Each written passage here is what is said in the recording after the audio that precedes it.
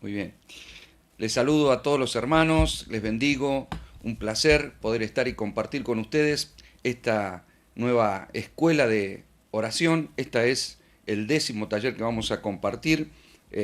Increíblemente se pasan los días. Dijimos que no íbamos a transitar esta enseñanza apurados, sino que íbamos a tratar de encontrar todo lo que sea necesario para que seamos efectivos en esta función que todos debemos desarrollar, que es la oración, que es la intercesión, que es el clamor delante de nuestro Dios. Y bueno, hemos visto de manera personal, nuestras oraciones personales tienen que ir ajustándose a ciertos protocolos, no porque Dios no nos entienda o no nos escucha. Dios nos escucha y nos entiende de cualquier manera que nosotros le hablemos. Él más que nada lee nuestro corazón. De todas maneras, yo traté de explicarles que cuando uno es niño, espiritualmente, puede expresarse de la manera que fuera, y bueno, Dios obra. Pero cuando vamos madurando en la fe, esa misma madurez va mejorando nuestra forma de comunicar. Nos pasa en lo natural y también pasa en lo espiritual, ¿no? Naturalmente vamos siendo instruidos y vamos comprendiendo cuando algo debe comunicarse de una manera y cuando se debe comunicar de otra. Empezamos a utilizar protocolos, no en los diálogos de confianza, pero en ciertas comunicaciones buscamos los detalles de cómo hacerlo correctamente, y espiritualmente es igual. A medida que vamos madurando, tenemos que aprender a comunicarnos con Dios, a ir buscando un orden, a deshacernos de todo dejo de humanismo, no sé, de manifestaciones almáticas, de caprichos, de manipulación, de desorden, cosas que a veces vienen junto con nosotros y en nuestro deseo de que pasen cosas en la vida y bueno, de que nos ocurran ciertas cosas, le pedimos a Dios como podemos, como se nos ocurre, y no sabemos si está bien, si está mal, solo nos están diciendo Dios te ama y Él puede obrar. Luego vamos comprendiendo que hay una voluntad perfecta, agradable de parte de Dios, y que no siempre van a ser contestadas nuestras oraciones, porque ni a nosotros nos conviene que sean aceptadas nuestras oraciones de tal manera que Dios las cumpla, las conceda así porque sí. Lo mismo también ocurre en lo natural. Si tenemos un hijo al que le complacemos todo lo que nos pide, estamos criando a una persona mal, ¿no? A un mal criado, diríamos, a una persona consentida, demasiado consentido, y bueno, durante un momento pedirá algunas necesidades, luego va a empezar a pedir deseos simplemente, y un padre que complace y complace y complace, y bueno, tendrá un hijo que pida, que pida, que pida, y que además tampoco valore lo que se le está dando, porque como todo se le da, nada le cuesta, y bueno, entonces simplemente seguirá pidiendo, y bueno, no estaremos criando a una persona con los principios fundamentales, ¿no? O con la educación correcta. En lo espiritual es muy importante evaluar las necesidades. Hay cosas que son necesarias delante de Dios y hay cosas que no. La necesidad, si usted la busca en el diccionario, tiene que ver con algo de lo cual no puedo desvincularme.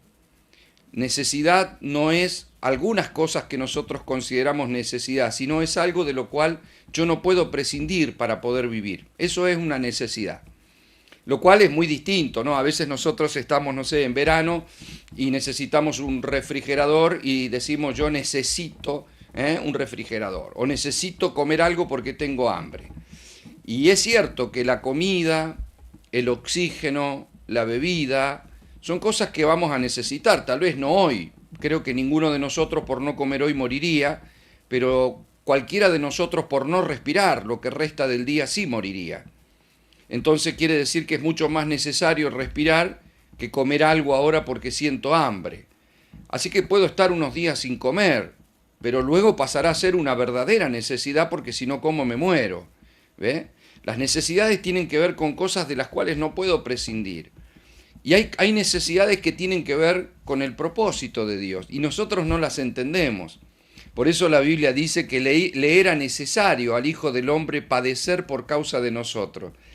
Y claro, una necesidad quiere decir que era necesaria la cruz, que no había otra manera, no había otro camino, Por eso Jesús mismo le dijo al Padre, si puedes, pasa de mí esta copa, si hay otra opción, pero si no, hágase tu voluntad y no la mía, porque en este momento mi alma está turbada, y turbado es confundido, turbado es zarandeado por la situación, de tal manera que no estoy en condiciones de pensar.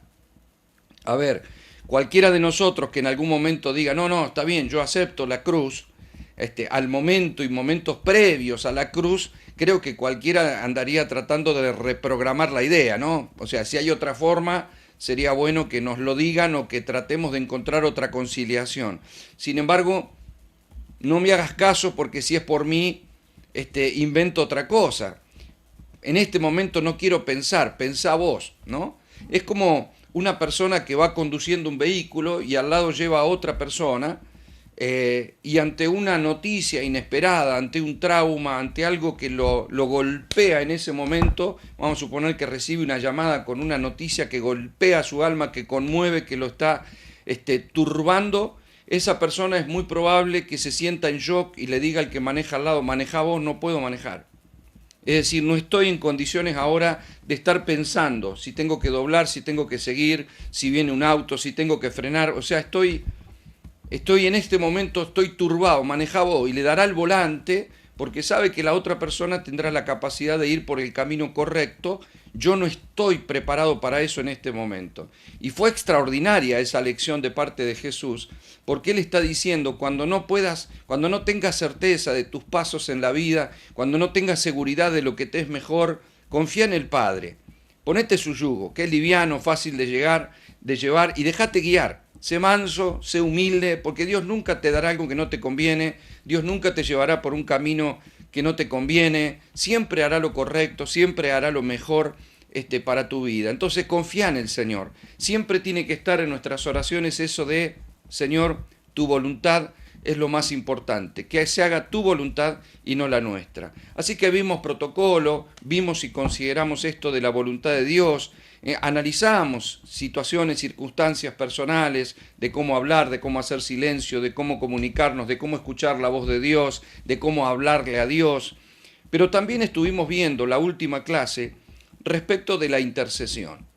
Vimos que interceder era anteponernos a alguien en lugar de otra persona. Dijimos que, según el diccionario de Ciro, actuar entre partidos con la visión de reconciliar a aquellos que difieren o contienden, interponerse, mediar, interceder o mediación. Esa es la definición del diccionario de la Real Academia, ¿no? Espiritualmente nosotros podemos decir que el concepto de intercesión se puede resumir como mediar, estar en el medio, rogar por otros, representar a una parte delante de otra. Y bueno, analizamos bíblicamente aquellos que trataron de interceder o de interponerse o de mediar en algunas causas. Por eso les di el ejemplo de Abraham, que intercedió por Sodoma. Y bueno, llegamos a la conclusión de que si bien se salvó su sobrino Lot con sus hijas, Sodoma fue destruida.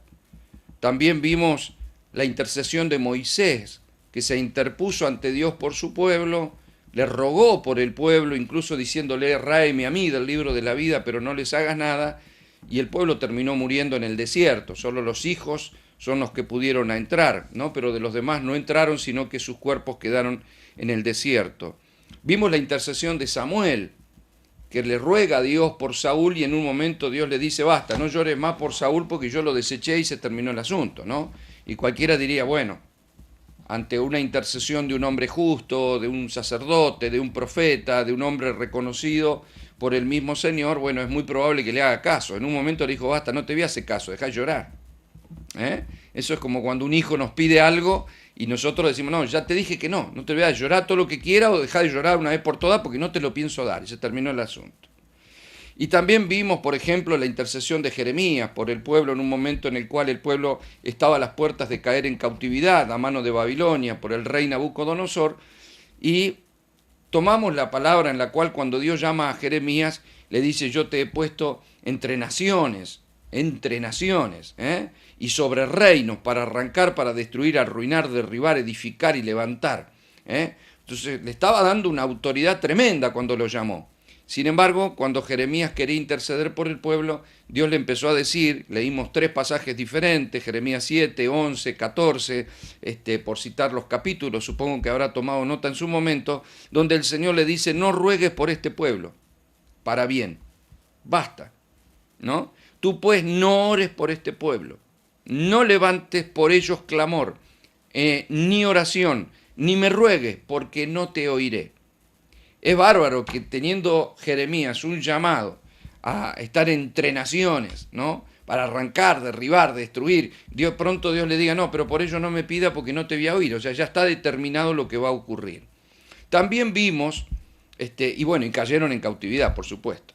También vimos la oración de Daniel, porque Daniel sí intercede leyendo Jeremías, se le revela, se le despierta la buena palabra, él intercede y Dios sí lo escucha. Pero la gran diferencia es que Dios ya había dado incluso la palabra profética por medio de Jeremías, de que pasarían 70 años y Dios liberaría a su pueblo.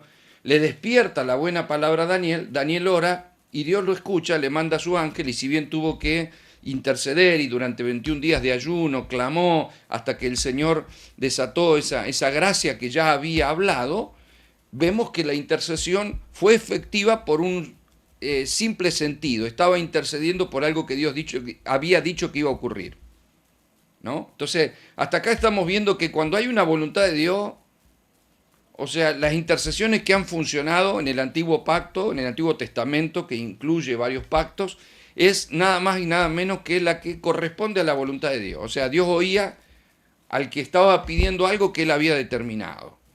Y si no lo determinó, bueno, estás orando, pero de ahí a que lo haga, me explico. Por eso le cité, ya entrando a la vida con Cristo, a la mamá de los hijos de Zebedeo, que le pide, pensando ella que Jesús iba a gobernar con espada sobre Israel, perdón, y que iba a librar al pueblo de la opresión de los romanos, le pidió que uno de sus hijos se siente de un lado y el otro del otro, y Jesús le dijo, no me ha sido dado. O sea, ella intercedió, pero no la escuchó, no le hizo obediencia. Tampoco le hizo caso a Pedro cuando Pedro le pide que no vaya a Jerusalén, ¿no? O sea, no se lo estás pidiendo a cualquiera, se lo estás pidiendo a Jesús. Así, bueno, para Jesús no hay nada imposible, y él me escucha, y soy su amigo, y camino con él, y me llevó al monte de la transfiguración, y me reveló que era el Cristo, y cuántas cosas podría haber dicho Pedro, ¿no? Como para decir, no, quédate tranquilo, yo le voy a hablar. Yo creo que él debe haber hablado con los demás discípulos. Creo que los discípulos deben haber intercambiado opiniones entre ellos de cómo puede ser que el maestro vaya a ir a Jerusalén sabiendo de que lo van a agarrar, lo van a meter preso, lo pueden matar, o sea. Y creo que le deben haber dicho al que más hablaba, ¿no? Porque Pedro se caracteriza por haber dejado plasmados los ejemplos de sus errores, pero por hablar, ¿no? Hay otros discípulos que no figuran en ningún lado porque no se sabe ni qué hicieron, ni si hablaron o no hablaron, pero Pedro metía la pata, nos sirve de ejemplo, pero porque era impetuoso, ¿no? Él hablaba, ¿no? Así como se largó a caminar sobre las aguas primero, así como dijo quién era el Cristo primero, o sea, él podía quedar bien o mal, pero él pensaba y hablaba, ¿no? Y a veces no pensaba, simplemente hablaba. Y creo que Pedro también, en acuerdo con los demás discípulos, determinó ir a hablar con Jesús y pedirle que no vaya a Jerusalén. Creo que cualquiera hubiese dicho, no, con la amistad que tienen, Jesús lo va a escuchar. Menos mal que no lo escuchó, porque si no, imagínense qué pasaría con nosotros si Cristo hubiese agarrado otro camino. En definitiva, no solo no lo escuchó, sino que Jesús dijo, apártate de mí, Satanás, como diciendo, esa oración es satánica. ¿Sí? Es decir, hay oraciones que le pueden estar pidiendo a Dios algo que carece de la voluntad de Dios o del propósito de Dios, y que puede incluso ir contra los planes del Señor, y no son otra cosa que unciones anticristianas, anticristo, por no decir otra cosa. Son oraciones que van contra la voluntad de Dios. Todo esto lo analizamos, lo vimos, y hoy quiero que comprendamos algunas cuestiones que son fundamentales. En primer lugar, cuando de intercesiones hemos hablado, por lo menos en el Antiguo Pacto, vemos que todo pedido estaba basado en liberar a una persona o en liberar a un pueblo o liberar una situación, pero nadie estaba ofreciendo nada para resolver el problema, ¿no? sino que estaban intercediendo por una causa. Por ejemplo, a Abraham le dice, Señor, no le hagas nada si encontrás 50 justos, después le dice, si encontrás 45 justos, pero tenían que encontrar justos. Él no estaba poniéndose en el lugar de aquel que podía ofrecer algo por lo que estaba pidiendo. Veamos que Abraham no le dijo en ningún momento, Señor, no destruyas a Sodoma porque yo soy justo. No le dijo eso, ni le ofreció nada, sino que le decía, si en Sodoma hay 50 justos, si en Sodoma hay 45 justos, bueno, entonces no lo destruya, ¿no? Pero todo dependía de Sodoma. ¿Ve? Quiero que usted vea que era una intercesión que a veces fue poco efectiva porque el que intercedía no tenía nada para dar. Le voy a explicar esto con un ejemplo actual. Si tuviera un hermano que tiene una deuda en el banco, que para él es impagable, y me dice, pastor, ¿no me haría el favor, no iría a hablar con el gerente del banco por mí? Porque yo no tengo dinero para pagar la deuda, no puedo pagar, tengo que pagar, vamos a suponer, 10.000 por mes, y no lo tengo. Bueno, le digo, quédate tranquilo, voy yo a hablar con el gerente del banco. Imagínese que mañana yo vaya al banco, pido hablar con el gerente y digo, vengo a hablar de parte de tal persona. ¿Y cuál es el problema que tiene? No, que no puede pagar, le quieren ejecutar la casa, le quieren quitar la casa por su hipoteca, y yo le vengo a decir que, por favor, no hagan eso, que él va a pagar. Sí, pero ¿cuánto puede pagar? No puede pagar, le ha dicho que no puede pagar, no está pagando, se va atrasando, le va quitando la casa. Ahora, ahí es donde yo tendría que ir diciéndole, bueno, en vez de 10 cóbrenle 8, no puedo. Y en vez de 8 cóbrenle 6. Y bueno, y si tuviera 6, el problema es si el hermano por quien yo intercede no tiene nada. Entonces, yo no puedo hablarle al gerente para tratar de conmover su alma, porque lo justo es que pague. Porque ¿para qué sacó un crédito? Tiene una deuda. Entonces no le puedo decir, vamos, perdónele la deuda, hágame el favor. ¿Y por qué yo iría a pedir el perdón de una deuda justa, de una deuda legal, a tratar de tocar la emoción del gerente del banco? Bueno, todos sabemos que no me va a hacer caso, ¿no es cierto? Todos sabemos que me dirá, mire, lamento mucho lo de su amigo, pero le tenemos que quitar la casa. Ahora, distinto sería si yo fuera a hablar por mi amigo, o por mi hermano, o por quien fuere, que tiene una deuda, y yo voy a interceder por él, pero además llevo plata en el bolsillo. Y entonces le digo al gerente, yo le pido que no le quiten la casa. Yo voy a pagar la cuota en lugar de él. En ese caso, el gerente me dirá, bueno, no habría problema, pague usted la cuota y no le quitamos la casa. Entonces tendría una intercesión efectiva. Si yo no le ofrezco nada, sino que trato de buscar su alma, él me dirá el gerente, bueno, lo lamento mucho, mire, si quiere le regalo un paquetito de pañuelito descartable, pero yo le tengo que quitar la casa porque no queda otra. Entonces yo tendría que volver a lo de mi amigo y decirle, mirá, amigo, yo te quiero mucho, fui a hablar con el gerente, pero al final la casa te la van a quitar. Entonces no es que no hablé, no es que no intercedí, sino que no me funcionó la intercesión. ¿Por qué no me funcionó la intercesión? Porque no tenía yo con qué responder. No tenía nada que dar. Ahora, si yo voy con dinero en el bolsillo, yo puedo volver a lo de mi amigo y decirle, ¿sabes qué? Fui a hablar con el gerente, quédate tranquilo, no te van a quitar la casa porque yo pagué la deuda en tu lugar. Yo me interpuse, yo fui en tu nombre a hablar con el gerente, yo pagué por vos la deuda que vos tenías. Entonces tendríamos una intercesión efectiva. Me comprende, ¿verdad? Usted ya seguramente lo está vinculando con Jesucristo, ¿no es cierto? Claro, porque él fue el único. Abraham no pudo dar su justicia por Sodoma. No le pudo decir, bueno, Señor, pero vos sabés que yo soy justo. Libralos a todos por mi justicia. No le alcanzaba.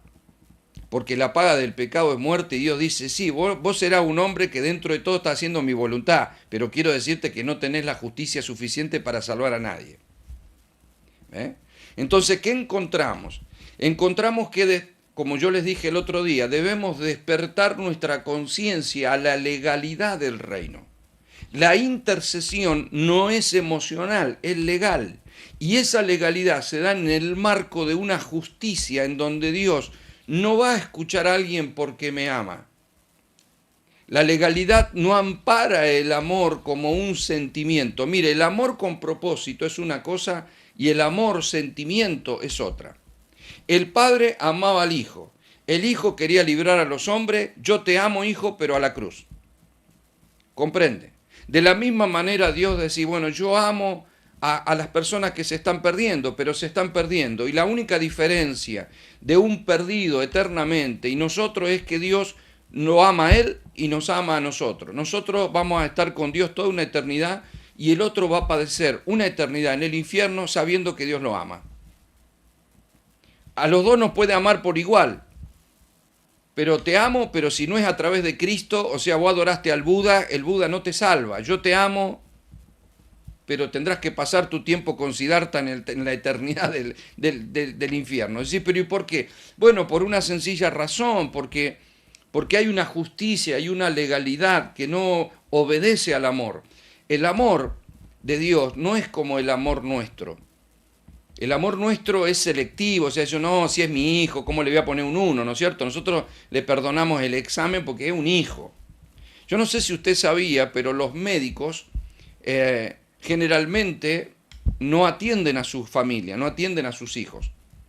Lo podrán diagnosticar con algo sencillo en la casa, o decir, hijo, tomate tal cosa, o déjame que... Pero los médicos generalmente permiten que sus hijos sean atendidos por otros pediatras, pero por una sencilla razón, se involucra demasiado el sentimiento, entonces para no errar es preferible que alguien que no tome partido en el asunto pueda profesionalmente analizar y hacer un estudio y diagnosticar a nuestros hijos, ¿verdad? De la misma manera un psicólogo no va a psicoanalizar a sus hijos, porque no corresponde que lo haga. Entonces, hay una legalidad y hay un sentimiento que a veces no ampara eso. Que si es mi amigo, bueno, le perdoné la deuda, porque era mi amigo. Y al otro que no es mi amigo, no se la perdoné. O si un hijo, bueno, me pidió plata mi hijo hace un tiempo, pero no me la está devolviendo. Yo dije, bueno, ya está, hijo, no podés, dejala, ¿qué va a hacer? Pero porque involucro el amor.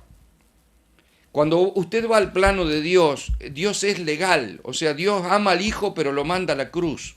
Es un amor con propósito, es un amor en donde no hay duda de que el Señor amaba con pasión a los mártires del primer siglo o a personas que hoy en día están muriendo por el Evangelio. Dios amaba a Pablo, pero antes que le cortara la cabeza dice, Pablo te amo, pero hoy te toca. ¿No? Es decir, mañana no necesitas peluquero, tranquilo Pablito, que hoy te cortan la cabeza. O sea, va a decir, pero Señor, si con la revelación que me diste, si me mostraste el tercer cielo, si me tocaste, si me hiciste apóstol, yo, el más pequeño, o sea, no lo permita. Bueno, mirá Pablo, yo te amo, pero hoy, cabecita al piso. Esto es simple, o sea, hay un propósito con eso. Si nosotros evaluáramos el amor con propósito, nos daríamos cuenta que la intercesión es fría, pero es intensiva y es poderosa, es caliente en el espíritu, pero fría para el alma, porque tienen que ver con una cuestión legal. ¿Ve? A veces yo analicé en mi vida, y permítame que le abra mi corazón respecto de esto, ¿no? Porque también yo tenía un llamado pastoral. Sé que soy maestro, que mi carga es por la enseñanza básicamente, pero a veces consideraba, no sé, el involucrarme no tanto tiempo con la gente en el sentido de estar, y yo había visto libros que se llamaban, por ejemplo, Pastor con olor a oveja, ¿no? Y yo decía, yo no doy al target, yo por ahí no sé, me falta, ¿no? Porque hay que pasar tiempo con la oveja. Y yo por ahí no era tan así, ¿no? Entonces yo cuestionaba mi amor, hasta que Dios un día me habló y comprendí el amor con propósito. Y me di cuenta que un científico puede amar a la humanidad, y lo mejor que le puede pasar a la humanidad es que el científico esté en su laboratorio, no jugando y amacando a tus hijos en la plaza. O sea, lo bueno de que tengamos hoy, por ejemplo, una vacuna para una pandemia es que algunos científicos trataron de encontrar la respuesta en un laboratorio, no cuidando enfermos. Es decir, alguien que cuidó al enfermo, pero alguien estaba buscando una solución. La enfermera ama al paciente, pero el científico también. ¿Comprende? Pero lo ama o sea, estoy en el laboratorio porque te amo, estoy trabajando 20 horas por día tratando de encontrar una cura. O sea, te amo, pero no puedo estar con los enfermos. Entonces hay gente, o hay pastores, hay gente que va a estar encima de la gente porque ese es su llamado. Y yo como maestro tengo que estar más tiempo tal vez estudiando, preparando para que en momentos como este te pueda dar algo, pero todo el tiempo que estuve estudiando no fue con un sentido de egoísmo y de gula personal, de información, no, estaba aprendiendo, instruyéndome y preparándome para darte algo. ¿Comprende? Entonces, a ver, una mamá puede estar todo el día con sus hijos porque los ama, los cría, los cuida, los baña, los peina, todo. El papá tal vez no puede hacer eso y está todo el día en la fábrica o todo el día es porque es camionero y se ausenta varios días de la casa. Pero el papá ama a su hijo igual que la mamá, solo que la mamá está cuidándolo, el papá está trabajando para sus hijos. Es un amor con propósito, no es que no te quiero, hijo, estoy arriba del camión por vos. El hijo podrá decirle, bueno, pero no pasás tiempo conmigo, es que si yo no paso tiempo en el camión, vos no comés, tampoco te vestís, tampoco podrás estudiar, olvídate de la universidad. O sea, estoy haciendo algo con propósito. Así funciona el amor de Dios. El amor de Dios es un amor con propósito. Y si un naufragio te deja más cerca de Roma, Dios lo permitirá. Tan simple como eso. Si Dios tiene que permitir algo en nuestra vida para que ese algo sea de bendición para otros, Dios lo permitirá. ¿Sí? Fíjese que José tuvo que ir a la cárcel y uno dice, bueno, pero ¿y por qué Dios permite? ¿No? Porque si lo quiere, ¿es necesario cisterna, esclavitud y cárcel? Sí, era necesario para llegar al trono. Y por más que Dios te dé un sueño glorioso o una palabra profética gloriosa, no tratemos de evitar el resto, porque el resto es parte de esa palabra gloriosa, pero no la entendemos. Entonces, si no la entendemos, podemos caer en frustración, porque empezamos a pedir, no quiero esclavitud, no quiero ir a la casa de Potifar, no quiero ir a la cárcel, no quiero. Me puedo frustrar porque no me funciona la intercesión. Siempre tenemos que confiar en los radares de Dios cuando el clima está nublado. Usted sabe que hay algunos aviones de última tecnología que pueden aterrizar sin que el piloto vea la pista de aterrizaje. Aterrizan por computadora, ¿sí? No necesitan la visión porque para eso está la computadora. Y el piloto, más allá de la sensación que le pueda producir confiar en los elementos del avión, tendrá que confiar en el instrumental porque no tiene la capacidad de ver. Está todo cerrado el cielo, está nublado, no se ve, pero vamos a confiar en la computadora. Es decir, me entrego a que el avión va a aterrizar sin que yo pueda ver.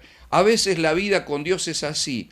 No nos basamos por lo que vemos con nuestros ojos naturales, sino por lo que creemos en nuestro corazón y por la fe que tenemos en un Dios que nos lleva por donde conviene, aunque no entienda por qué, ni cómo va a ser. No lo sé. Sé que Dios está, sé que Dios me habló y si Dios lo dijo es mejor. Yo no le tengo que marcar el camino a Dios. Yo solo le quiero decir a Dios que quiero llegar a destino. Quiero ir a donde Dios me dice que tengo que ir. ¿Cómo? No sé, Señor, que sea de la mejor manera. Señor, que sea sin turbulencia, que sea sin tormenta, que sea sin problema. Pero no lo sé. Tal vez algunas situaciones las tenga que pasar. Yo les dije a ustedes cuando el Señor me llamó a la predicación y yo me acuerdo que le dije, Señor, yo no quiero andar resistiéndole al Espíritu, quiero hacer tu voluntad. Yo quiero actuar con humildad, dejar que tu Espíritu... Yo voy a hacer lo que vos digas, pero no quiero tener problemas. Por supuesto, Dios no escuchó esa estúpida oración y se debe haber reído tal vez por mi inocencia. Pero me doy cuenta hoy, después de varios años, que estoy feliz de que no me haya escuchado. Porque si me hubiese escuchado, yo no hubiese aprendido cosas que aprendí a través de esos procesos. Imagínese una mamá que su hijo al despertar a la mañana, antes de ir a la escuela, le dice, mamá, no quiero ir más al colegio, te pido por favor. Y se larga a llorar y le pide que la mamá no lo mande más al colegio. Le dice, yo me voy a portar bien, pero no me mande más al colegio. Lo peor que le puede pasar a ese chico es que la mamá lo escuche y lo complazca. y que la mamá interceda ante el marido y le diga, no, pero no lo mandemos más a la escuela, pobrecito, que él sufre, que no le gusta, y que el marido diga, bueno, está bien, déjalo, no, que no vaya más. Lo peor que le podría pasar, lo peor. De hecho, cuando somos grandes nos damos cuenta de que nuestros padres, si actuaron con cierto rigor, no se equivocaron, que si nos dieron ciertos consejos no se equivocaron, y si no metieron presión o no hicieron lo correcto, sí se equivocaron y a la larga nos afectó. Y muchos de nosotros nos equivocamos ante el consejo paterno o materno de que no hagas tal cosa, hijo, te vas a arrepentir. Bueno, mi vida es mía, yo hago como quiero porque es mi vida, déjame ser libre. Y bueno, después con el tiempo decimos, no, tenía razón, che, mi vieja tenía razón. Pero ya pasó, ¿verdad? Bueno, Dios es un Dios que es nuestro Padre y Él sabe lo que es lo mejor. Él sabe lo que es correcto. Él sabe porque Él va a responder con un amor con propósito. Es un amor perfecto, pero es un amor con propósito. Y si no evitó la cruz de Cristo, no evitará ciertas cosas que se salen, si nosotros procuramos que se salgan de la legalidad de su voluntad. Ni orando por mí, ni orando por otro. Es decir, si Dios tiene un plan, un propósito para otra persona, pero a mí me da lástima que pase por él, entonces yo estoy y oro y clamo y ayuno y para que esa persona no pase por ahí. Es como si Pedro estuviera clamando y ayunando para que Jesús no vaya a la cruz. Déjeme decirle que iba a ir a la cruz igual. ¿Comprende? Imagínense que Pedro, en vez de hablar con Jesús, se hubiese puesto a orar y ayunar al Padre para que Jesús no vaya a la cruz. Igual hubiese ido. Igual, de la misma manera, si yo intercedo por algunas cosas que se salen de la voluntad de Dios, del propósito de Dios, olvídelo. Es lo mismo que yo diga que a mí, no sé, no me gusta el calor, entonces le voy a pedir a Dios que en verano haga frío. Y lo más probable es que haga calor igual. Es más, si usted tiene calor ahí, ore, ayune, para que haga un poco de frío. Y déjeme decirle que va a hacer calor igual si tiene que hacer calor y va a hacer frío. O sea, digamos, no esté orando al cohete por cosas que usted no puede cambiar. ¿Verdad? O sea, hay días que usted, ay, qué calor, no soporto más. Bueno, le voy a decir que por más ungido que usted sea, no va a cambiar el termostato global por una cuestión de que yo estuve orando, porque yo le dije a Dios, no me gusta el calor. Fíjese que todos tenemos una opinión, ¿no? Algunos dicen, no me gusta el calor, otros dicen, no me gusta el frío. Bueno, ni una cosa ni la otra de todos los ungidos. Dios no dice, ay, a ver a mis hijos, le vamos a poner temperatura centralizada. A ver, ¿qué es lo que te gusta, hijo? Calor, tácate. A ver, vamos a bajar la temperatura global. ¿A vos qué te gusta? Frío, vamos a poner... No, Dios no. O sea, el que tiene calor que se saque la campera. Y el que tiene frío que se ponga la bufanda. Pero por legalidad el sol seguirá saliendo, la noche se vendrá aunque no tengamos ganas, el sol va a amanecer. Dios vio que esos días que uno tiene ganas de seguir durmiendo y dice, ay, que todavía no amanezca. Bueno, no ore al cohete, va a amanecer igual. Es como cuando usted dice, ay, Señor, que no se pase la hora. Bueno, es lo mismo, no gaste pólvora en chimango, ¿verdad? Diría el dicho argentino. Así que no ore por cosas que la hora se va a pasar igual. Ahora, usted podrá lograr que el sol se detenga como pasó en Gabaón si Dios quiere librar una batalla y al soberano se le dio la gana. Eso obedeció a una idea de Dios, no a una idea del hombre. O sea, si Dios pone en el corazón de un hombre, de una mujer, hacer cierto tipo de oración y uno dice, oró Elías y llovió, hermano. Pero ¿sabe por qué llovió? Porque Dios había dicho que iba a llover. Porque el Señor le dijo, por tu palabra, detendré la lluvia y por tu palabra haré llover. O sea, Dios le está diciendo, quédate tranquilo, soy yo, pero hacé cuenta que sos vos. Cuando vos digas llueva, yo haré llover. Pero Elías no manejó a Dios. Dios le dijo, yo te voy a hacer caso cuando me hable, nada más. O sea, cuando yo te escuche y vos digas que llueva, bueno, yo voy a abrir la canilla, pero tranquilo, que soy yo que te estoy autorizando, porque si yo no te autorizo, por más que grites que llueva, no va a llover. Hay una legalidad.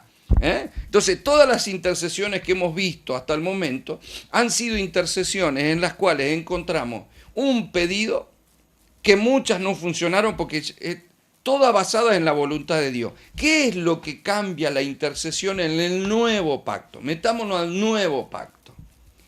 Y en el nuevo pacto la cosa cambia por una sencilla razón. Viene la justicia por medio de Cristo y la persona de Jesucristo. que hace los trámites necesarios para que la intercesión no cambie, porque Él vino a interponerse. Ahora, quiero que preste atención. Los seres humanos necesitábamos algo. Antes de conocer a Dios, los seres humanos levantaban altares, levantaban el tabernáculo, levantaban el templo. Estuvimos analizando cómo se conectaban con Dios, sacrificios, sangre, hablo, oro. Bueno, Dios se manifestó a muy pocos, algunos de manera muy especial, un Moisés a través de la zarza, una voz audible, algunos ungió como sacerdote, como profeta, como reyes, y el resto no.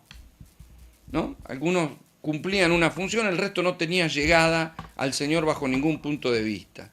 Por lo tanto, era muy dificultosa la conexión de los seres humanos con Dios. No había forma. O sea, a menos que a Dios en su soberana gana te saliera al cruce y te dijera, serás mi profeta, no hay forma, o serás mi rey. Mire, a Jeremías lo encontró siendo un niño que decía, no, el Señor dice, no digas yo soy niño, porque yo te envío. Y se terminó el asunto, Dios lo eligió. Y David cuidaba ovejas, ¿quién iba a...? Ya, David no estaba, oh Señor, hazme rey. No, te voy a hacer rey, porque se me dio la soberana gana, y Dios se comunicó con David porque Dios quiso comunicarse con David. Pero después no había acceso. Así que lo que necesitábamos nosotros era que de alguna manera Dios nos abriera la comunicación a los seres humanos, ya no a algunos pocos privilegiados, no, a los seres humanos. Así que Jesús, ¿qué hizo? Nos trajo al Padre. El Padre vino a nosotros a través de Jesús. Es decir, Él vino como representante. Es decir, Él vino a mediar por el Padre y a hablar con nosotros. Fíjese esto, mire. Juan 1:18 dice, a Dios nadie le vio jamás. El unigénito Hijo que está en el seno del Padre, Él le ha dado a conocer. O sea, nosotros no teníamos forma de conocer a Dios, los seres humanos, ¿no? Excepto por medio de los sacrificios, de una palabra soltada, pero no había forma de mayor comunicación. ¿Qué hizo Jesús? Lo trajo al Padre y lo dio a conocer. Juan, capítulo 14, verso 8, dice, en el famoso pasaje con el cual Jesús habla con Felipe, le dice, Felipe le dice al Señor, Señor, muéstranos al Padre y nos basta. Jesús le dijo, tanto tiempo hace que estoy con vosotros y no me has conocido, Felipe, el que me ha visto a mí, ha visto al Padre. Entonces Jesús cumple esa tarea de venir a nosotros. Dios viene a nosotros, eso es Emmanuel, Dios con nosotros. ¿Ve? Jesús lo trae al Padre primero. Fíjese cómo va a abrir Él la intercesión y el camino. Colosenses 1:15 dice, Él es la imagen del Dios invisible, el primogénito de toda la creación. En otras palabras, lo primero que hace Dios es lo que ninguno de nosotros podíamos hacer. Es traer a Dios a los hombres. Lo segundo que hace Jesús es que se interpuso entre nosotros y Dios para reconciliarnos con Él y hacernos regresar a su reino, a su diseño original. Es decir, alguien que nos lleve al Padre, en este caso por el poder de la resurrección. Cuando Él viene y los que teníamos que morir éramos nosotros. Entonces Él viene y muere en nuestro lugar.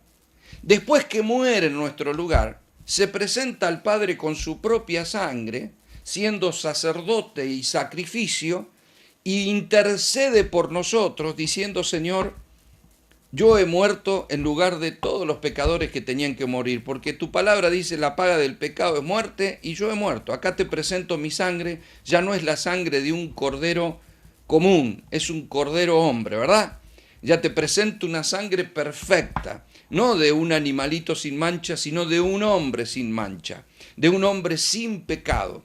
La muerte quiso cobrar su deuda, pero como Cristo no había pecado, no lo pudo retener, y el Espíritu lo levantó de entre los muertos, y Jesús abrió camino al Padre y se presentó ante el Padre llevando a los hombres a Dios. Es decir, Jesús trajo a Dios a los hombres en la encarnación, y en la exaltación, en la ascensión, llevó los hombres a Dios, dejando un camino vivo y nuevo a la presencia de Dios, un camino que no estaba. En el tabernáculo, curiosamente, había 3 puertas, ¿no? La puerta del atrio exterior, la puerta del lugar santo, la puerta del lugar santísimo. A la puerta del atrio exterior se le llamaba el camino. A la puerta del lugar santo se le llamaba la verdad. y al último velo para entrar al lugar santísimo se le llamaba la vida. Por eso Jesús dijo, yo soy el camino, la verdad y la vida, y nadie llega al Padre si no es por mí. Es decir, había un camino. Fíjese que si alguien entraba por las puertas del tabernáculo, entraba a un camino de fe. Si no, no entrarías ahí, ¿verdad? Entrabas al camino de fe. Y lo primero que encontrabas era el altar del sacrificio. Fue lo que hizo Cristo. Derramó su sangre por nosotros. Y luego el lavacro fue lo que hizo Cristo, siendo santo y nos santifica a nosotros por la palabra. Y entró a la verdad, porque hay iluminación en el lugar santo, la menorá que alumbra, el fuego que alumbra, los panes de la preposición, el altar del incienso. Él entró en ese lugar para alumbrar nuestro entendimiento.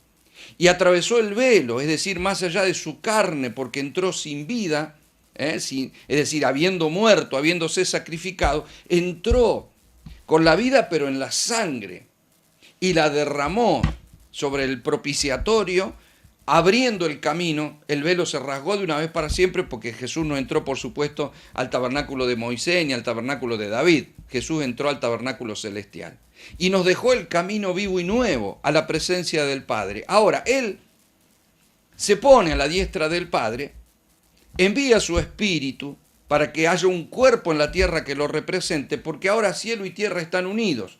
Él nos representa en el cielo, nosotros lo representamos en la tierra. Yo a través de Cristo tengo acceso al Padre, Cristo a través de mí tiene acceso a la tierra. ¿El cual es un diseño glorioso? Dice Primera de Timoteo 2:5, lo leímos el otro día, hay un solo Dios y un solo mediador entre Dios y los hombres, Jesucristo hombre. El único que pudo llegar al Padre en lugar de los seres humanos fue Cristo, un ser humano perfecto. Es decir, Cristo sigue siendo hombre, ¿verdad? Jesucristo, hombre. Acá lo dice, Jesucristo, hombre, sigue siendo hombre. Quiero decirle que hay un hombre que intercede por los hombres delante de la presencia de Dios. Sí, pero es perfecto Dios, sí, está bien, pero sigue siendo hombre, por eso puede entender a los hombres. Cuando Dios quiso gobernar tierra, nos creó con la naturaleza de la tierra. Y cuando Dios quiere gobernar al hombre, envió al Hijo con la naturaleza del hombre. Porque Dios lo hace desde la vida y desde la genética, lo cual es glorioso. Hebreos 7:23 dice, y los otros sacerdotes llegaron a ser muchos, o sea, había muchos sacerdotes ministrando, ¿no? Debido a que por la muerte no podían continuar, o sea, se hacían viejos y se morían, y había que levantar otro.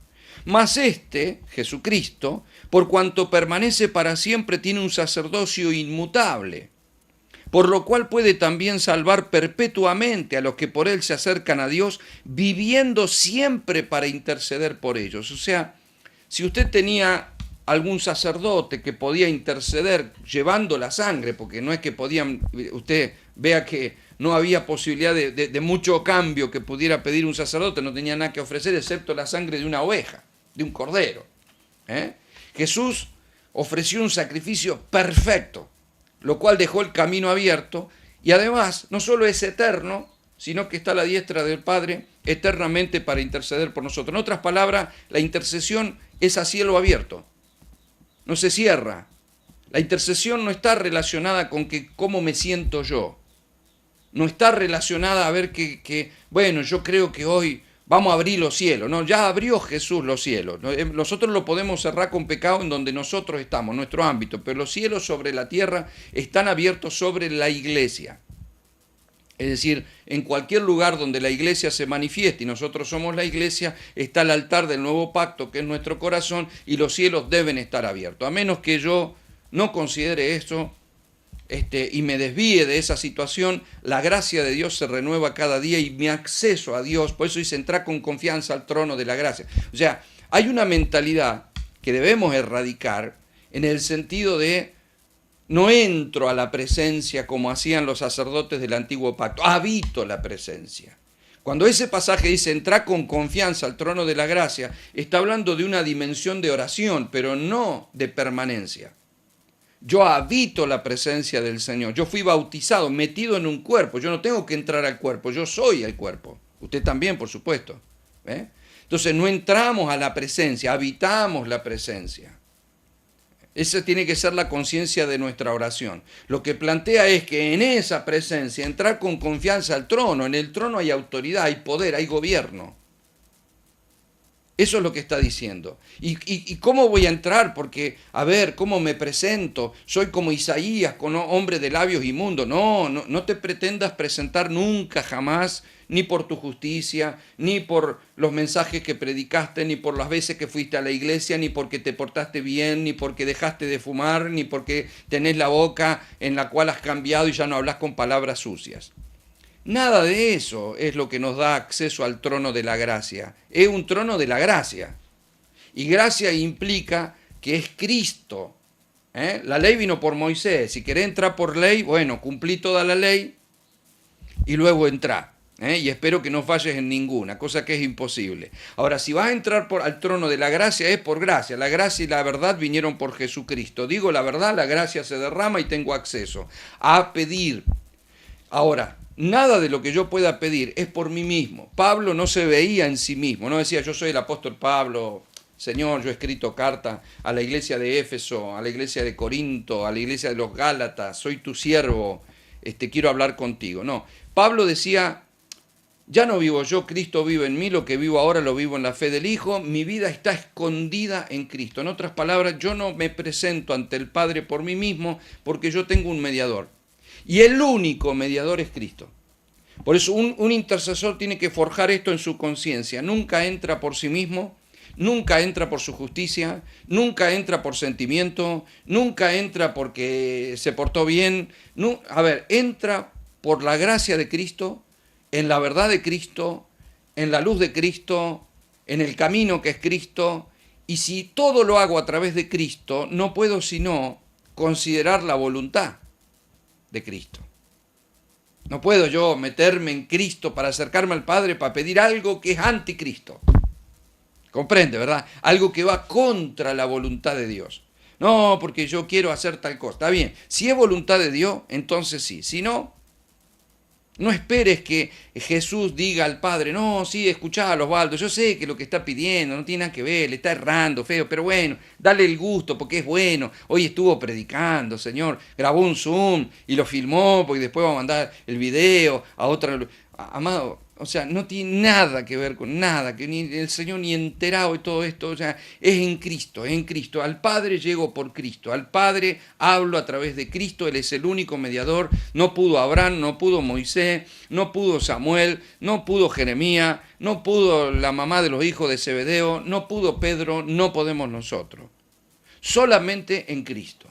Ahora, yo conozco equipos de intercesión y hay equipos de intercesión que cuando verdaderamente quieren confrontar ciertas situaciones y quieren meterse a mayores profundidades con Dios, pasan tiempo de preparación. Nosotros hemos sido algo imprudentes en organizar nuestros equipos de intercesión. Decimos, vamos a juntarnos a orar, hermano. Si alguien quiere ser parte del equipo de intercesión y aparece cualquier gaucho que está como está, que no entiende nada, pero como está cacareando junto con los demás, parece que tendría que haber un resultado, porque éramos muchos en oración. A veces no es lo mucho, a veces es que tengamos conciencia de lo que estamos haciendo. ¿Qué es conciencia de lo que estamos haciendo? Guarda con el corazón, porque esto obedece a un camino espiritual, a una conexión espiritual. La conexión es espiritual. Yo no me conecto con Dios porque fui hasta el salón de reunión. No me conecto porque me puse de rodillas. No me conecto porque canté canciones. No me conecto porque me porté bien toda la semana. No me conecto porque estoy ayunando. Yo me conecto porque tengo la fe suficiente en Cristo. Pero esa fe hace que mi verdad se manifieste. Es decir, no puedo tener cuestiones ocultas ni cosas en mi corazón que vayan contra la voluntad de Dios sin confesar. A ver, Dios no me manda a limpiar mi corazón. Dice, sobre toda cosa guardada, guarda tu corazón porque de él mana la vida. El corazón lo limpia el Señor.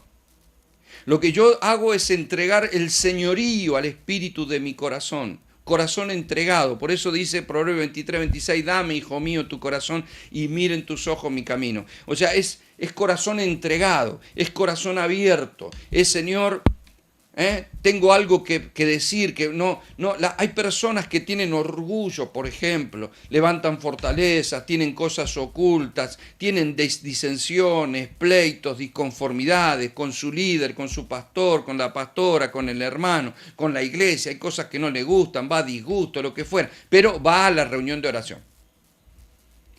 está cortando todo, no funciona, porque Dios no está, mirá, a ver, si Dios se conecta a través de nosotros por la vida del Espíritu, no la carne. Dios dice, vos viniste, pero tu corazón no. El gran problema de los religiosos fue que Jesús le dijo, a ver, un sepulcro blanqueado aparenta una cosa por fuera, pero por dentro tiene otra. O sea, a vos te puede parecer agradable tu presencia ante el Señor, pero claro, un sepulcro es agradable por fuera, pero por dentro es muy desagradable. ¿Quién quisiera tener un sepulcro en casa abierto? Hace poco veía un documental de una ciudad que se creó con gente marginada que iba al cementerio, porque la ciudad empezó a crecer, iba al cementerio, empezaron a vivir en los panteones y hay gente que estableció su domicilio ahí. Así que hay miles de personas, creo que 5.000 y pico de personas, viven en el cementerio. Y está la tumba y al lado de la tumba, o sea, hay pozos y ahí viven ellos, tienen su cocina, su baño entre los muertos, ahí en la tumba.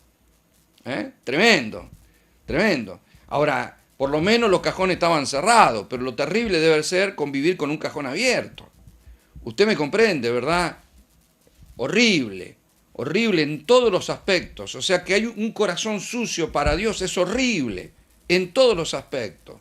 Debemos cuidar nuestro corazón. Un equipo de intercesión no obedece fundamentalmente a las palabras, sino al corazón. Por eso es tan importante elevar nuestro grado de luz a través de la confesión. Y hay confesiones que se hacen a Dios y hay confesiones que se hacen a un líder, a un padre, a un pastor, a una mamá espiritual, alguien que pueda oírte con madurez suficiente, porque es la forma de sacar a luz un patrón que se reitera en tu vida con el cual no podés vencer. Es decir, una confesión está bien, pero no se olvide que Santiago dijo, la oración del justo puede mucho, confesados los pecados unos a otros. Es decir, eso no es la confesión auricular de los curas. Porque hay gente que te dice, no, porque nosotros no somos como los curas que hay que confesar. Yo le hablo a Dios, yo le confieso todo a Dios. Sí, pero cuando no rompes un patrón de comportamiento es porque tu confesión necesita que la saques a la luz. Sacar a la luz implica sacarle el ámbito donde puede operar las tinieblas. Y si no puede operar la tiniebla, entonces es necesario crear un ámbito de luz. La intercesión se vuelve efectiva creando ámbitos de luz. Creando ámbitos a corazón abierto. Creando ámbitos donde nada hay contra nadie, ni pensamientos torcidos, ni pensamientos de incredulidad, sino sacando la verdad y poniéndose unidos en el espíritu, unidos en la fe, unidos de verdad en el corazón, no que estamos juntos para pedirle a Dios, no, porque podemos estar juntos pero no unánimes. Lo que genera la efectividad de cielos abiertos es juntos y unánimes. Y por último, hay algo más que Jesús tenía que hacer, y era presentarse ante Satanás en lugar nuestro también. En lugar nuestro. Es decir, alguien tenía que vencer a ese mismo que libró, que quitó el poder a Adán. Alguien tenía que imponerse ante Satanás en nuestro lugar. ¿Quién lo hizo? Bueno, Jesucristo, ¿verdad? Colosenses, versión lenguaje sencillo, capítulo 2, verso 15, dice, Dios le quitó el poder a los espíritus que tenían autoridad y por medio de Cristo los humilló delante de todos, al pasearlo como prisioneros en su desfile triunfal. Amado, Jesús hizo el trámite con los hombres para traernos al Padre. Jesús hizo el trámite con el Padre para llevarnos a los hombres. Y Jesús hizo el trámite contra Satanás para que nunca más reclame lo que no le pertenece. No nos conviene estar fuera de Él, sino vivir en Él, interceder en Él, movernos en Él y usar la legalidad, porque nosotros no vencimos al diablo, lo venció el Señor. Cuando yo diga lo tengo vencido debajo, bueno, tenga cuidado, no tire piedras para cualquier lado, no le moje la oreja al diablo, sepa pararse en Cristo y solo hacer lo que tiene que hacer bajo y en la legalidad del Cristo. Efesios 1:20 dice, el poder que operó en Cristo resucitándole de los muertos y sentándole a la diestra en lugares celestiales es el mismo que opera en nosotros. Sobre todo principado, autoridad, poder y señorío, sobre todo nombre que se nombra no solo en este siglo sino también en el venidero, sometió todas las cosas bajo su pie y lo dio por cabeza sobre todas las cosas a la iglesia, la cual es su cuerpo, la plenitud de aquel que todo lo llena en todo. Solo bajo estos principios la intercesión puede ser verdaderamente efectiva. Por eso es que hay veces que hemos intercedido y la intercesión no ha funcionado. No es que no funciona, no es que Dios no escucha, no es que está demasiado lejano, no es que sino tengamos a sujetarnos al principio de la legalidad. En el reino hay protocolo, en el reino hay legalidad. Y si somos una iglesia madura, entonces vamos a desarrollar estos protocolos y estos principios para tener una oración efectiva que le puedo asegurar que será necesaria y contundente para los últimos tiempos. Los bendigo, mis hermanos. Muchísimas gracias por todo en este día.